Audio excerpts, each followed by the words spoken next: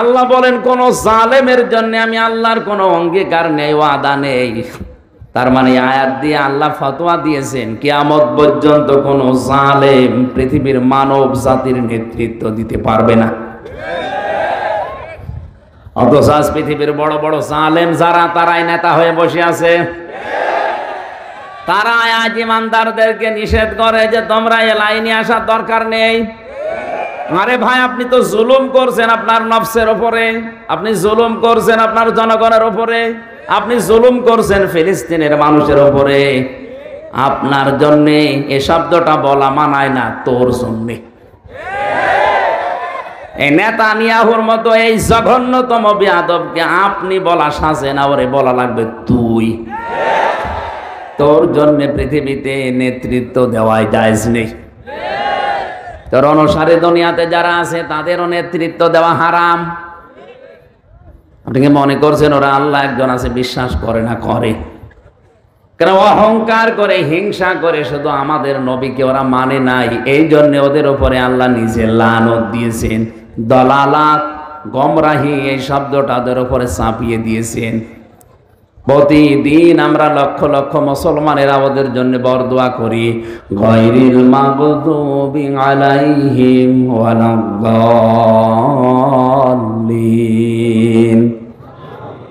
এই শব্দটা বলা হয় না?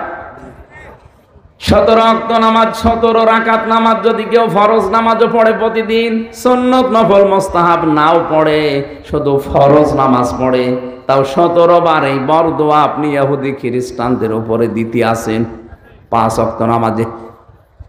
আর যদি নফল সুন্নত পড়েন, ওয়াজিব পড়েন, তাহলে কয়েকশো বার আপনার মুখ দিয়ে আল্লাহ একটা কথাই বের করে নিচ্ছে, বলো যে তোমাদের উপরে আল্লাহর লানত, গজব, তোমরা গোমরাহ। কিয়ামত পর্যন্ত ইহুদিদের উপরে আল্লাহর লানত, আল্লাহর গজব।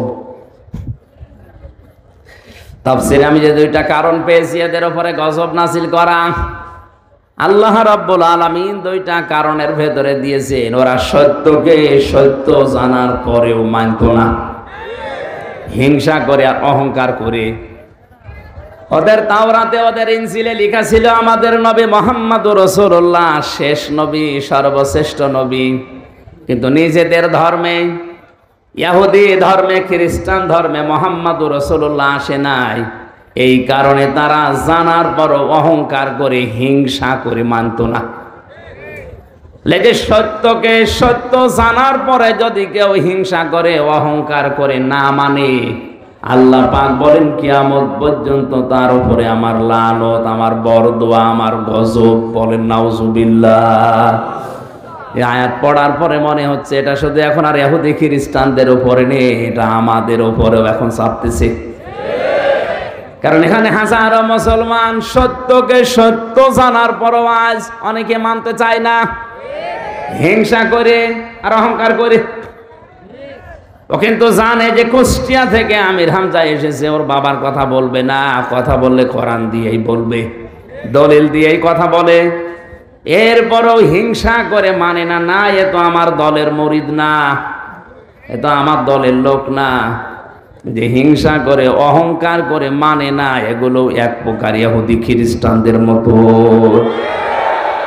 রাজশাহী বিভাগে নেই।